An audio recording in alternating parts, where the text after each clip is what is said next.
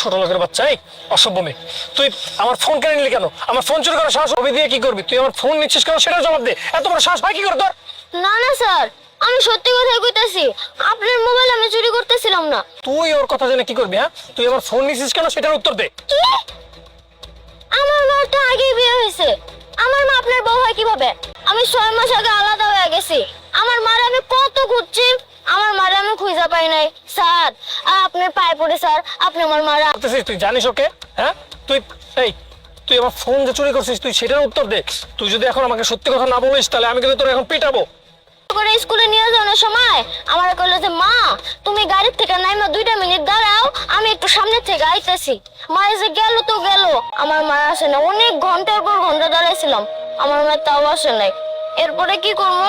পেট তো চালানো লাগবো, এর লেগা যেখানে কাম বানোয়াট এরকম অ্যাক্টিং করে তারপর টাকা হাতাবি, তাই তো? আমি এখন যে তোর মাইর দিব না, তারপর তুই বুঝবি কেমন লাগে। শুধু বাচ্চা বলে এখন আমি তোকে মারতেছি না। কি একটা অবস্থা! বারবার যে ওকে মামা বলতেছিস, তাহলে আমাকে একটা উত্তর দে তো, তোর মায়ের নাম কি? আমার মার নাম তো মুনা। কি আমাকে টার্গেট করে আমার সাথে প্রতারণা করে তারপর টাকা হাতাবি, তাই তো? আমি বুঝতে পেরে গেছি। এই তুই চোর এবং প্রতারক সেটা তো আমি বুঝে গেছি, কিন্তু তুই যে জালিয়াতি করতেছিস এখন এমন মাইর দিব তারপর তোর মুখ থেকে সত্যি কথা বের হয়ে যাবে। না না স্যার, আমি মিছা কথা কইতাছি না, আমি একেবারে সত্যি কথা কইতাছি। আপনার যদি বিশ্বাস না হয় ফোন দিয়ে আনি।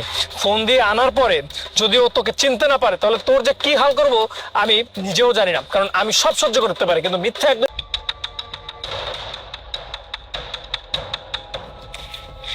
কি ব্যাপার হৃদয়, এভাবে কল করে ডাকলে যে? হ্যাঁ আচ্ছা, সারপ্রাইজ গিফট দেওয়ার আগে তুমি আগে আমাকে একটা কথা বলো। আমাদের বিয়ে 6 মাস হয়ে গেল, কিন্তু এখন পর্যন্ত তুমি আমাকে বললে না তোমার ফ্যামিলিতে কে কে আছে বা এই বলতে চাই না, আমার ভালো লাগে না।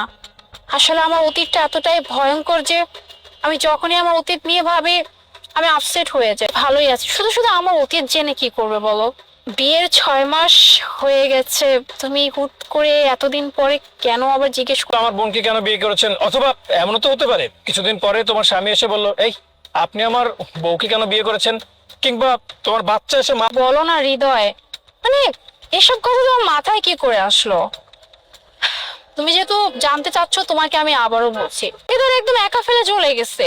তারা একটাবার এইটা চিন্তা করে না যে আমরা আলাদা হয়ে যাওয়ার পর আমাদের সন্তানের কি হবে। তুমি জানো আমি আমি পারতেছিলাম না এদের এক একজনের কথাবার্তা শুনতে শুনতে। আমার কাছে মনে হচ্ছিল জীবনটা পুরো আমার শেষ হয়ে যাবে। কেউ নাই, কেউ না। আর প্লিজ হৃদয়, আজকের পর থেকে তুমি আমাকে আর কখনো আমার অতীত নিয়ে কিছু জিজ্ঞেস করো না। আমার ভীষণ কষ্ট, আমার অনেক ভালো লাগে। প্লিজ প্লিজ প্লিজ তাড়াতাড়ি দাও। ওর সারপ্রাইজ গিফট দিচ্ছি। আপন মা, মা তুমি আসছো? কি বলছো তুমি? এর হোটেল রাস্তার টোকাই মেয়েকে আমি কেন চিনতে যাব? আমি আমি এই মেয়েকে চিনি না, কখনো দেখিও নাই।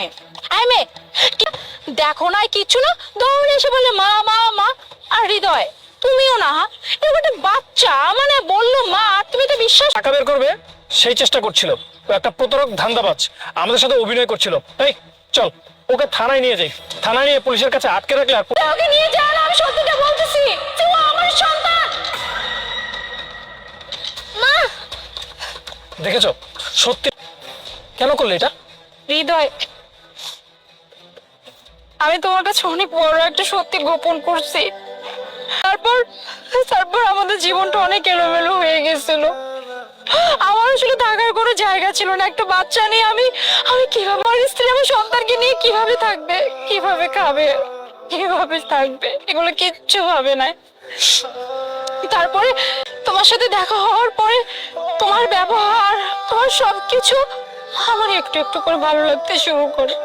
আর যখন আমি মানুষটাকে আমি হারাতে চাই না, আর তখনই না আমার মনে ভয়টা সৃষ্টি হয়েছে যে যদি তুমি জানতে পারো যে আমার আমার সত্যিটা এই 6 মাস যাবৎ গোপন রাখছি। ওকে একদিন আমি স্কুলে ভর্তি করানোর নাম করে আর মেয়েটাকে ওই স্কুলের সামনে রেখে চলে আসছি, আর ফিরে যাই না। এরপরে আমার খারাপ লাগছে জানো, সবসময় এর জন্য আমি তোমার কাছে এগুলো লুকাইছি। কিন্তু আমার মেয়েটা যে এতটা কষ্ট পাইতেছিল, রাস্তায় রাস্তায় ঘুরতেছিল। না কিন্তু একটাবার ভাবো তো, এই মেয়েটাকে যদি কেউ তুলে নিয়ে যেত তাহলে কি তুমি সারা জীবনের জন্য এই মেয়েটাকে পেতে? তুমি সারা জীবনের জন্য। আল্লাহর অশেষ রহমতে আমি ওকে খুঁজে পেয়েছি, আর তা না হলে এই মেয়েটাকে তো আমরা হারিয়ে ফেলতাম। একটা বাচ্চা শিশু, নিষ্পাপ শিশুকে আমরা হারিয়ে ফেলতাম।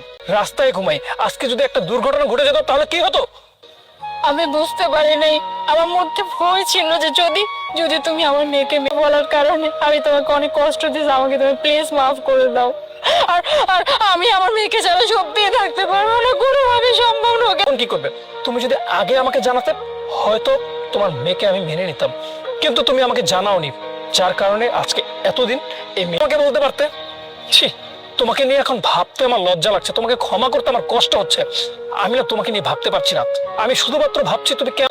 আর ভাবি একটা কাজ ভুল করছে, আমিও মানতেছি, কিন্তু এখন যেহেতু তুই জানতে পারছিস, বাদ দে না, মেয়েটাকে তো অন্তত পেয়েছি, সন্তানেরও প্রয়োজন। আমি বলি কি, তুই ভাবিকে মাফ করে দে, মাফ করে দিয়ে সবকিছু মেনে নে। শোনো, আজকে থেকে ও শুধু তোমার মেয়ে না, ও আমারও মেয়ে। আর আমি ওকে কোনোদিনও বুঝতে দেবো না যে আমি ওর বাবা না। আমি ওর সকল দায়িত্ব নিজের কাঁধে তুলে নিলাম। ও আমার মেয়ে, ও আমার পরিচয়ে বড় হবে। ওকে আমি কখনো আমার বুক থেকে আলাদা করব না। আমি আমার পরিচয়, আমার সম্মানে ওকে বড় করব।